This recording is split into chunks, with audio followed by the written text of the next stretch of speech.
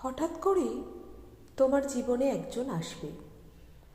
সে তোমার কথা বলার সঙ্গী হবে, তোমার সব দুঃখ কষ্ট ভাগ করে নেবে, তোমাকে সাহস যোগাবে, তোমাকে ছোটোখাটো বিষয়ে যত্ন করবে, তোমার যত কষ্ট কথা বলার মলম দিয়ে সারিয়ে তুলবে, তোমাকে রোদে পুড়তে শেখাবে, বৃষ্টিতে ভিজতে শেখাবে, দিনের পর দিন রাতের পর রাত তোমার সাথে কথা বলবে। সবচেয়ে বড় কথা, তোমাকে নতুন করে বাঁচতে শেখাবে। তখন তোমার মনে হবে, হ্যাঁ, এইরকমই, ঠিক এইরকমই একজনকে আমি চেয়েছিলাম। অনেক বছর অপেক্ষার পর আমি তাকে পেয়েছি। আমার আশেপাশে আছে একজন।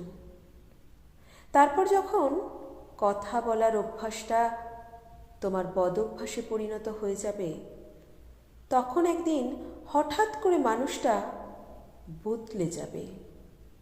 তোমাকে ব্যস্ততা দেখাবে। সারা দিন অপেক্ষা করার পরেও একটা মেসেজ বা কল আসবে না। তুমি বারবার ফোন চেক করবে, কিন্তু তোমার অপেক্ষা অপেক্ষাই থেকে যাবে। প্রথম প্রথম দু একবার কল করে তোমাকে বোঝাবে সে নিরুপায়, তার জীবনে খুব ব্যস্ততা, তাই সে সময় দিতে পারছে না। তারপর আস্তে আস্তে সব যোগাযোগ বন্ধ হয়ে যাবে। তুমিও বুঝতে পারবে সে আর তোমাকে সময় দিতে পারবে না, তাই তুমিও মেসেজ বা কল করে বিরক্ত করা বন্ধ করে দেবে। যে মানুষটির জন্য একদিন তুমি ডিপ্রেশন থেকে বেরিয়ে এসেছিলে, আবার সেই মানুষটির জন্যই তুমি আরও গভীর ডিপ্রেশনে চলে যাবে।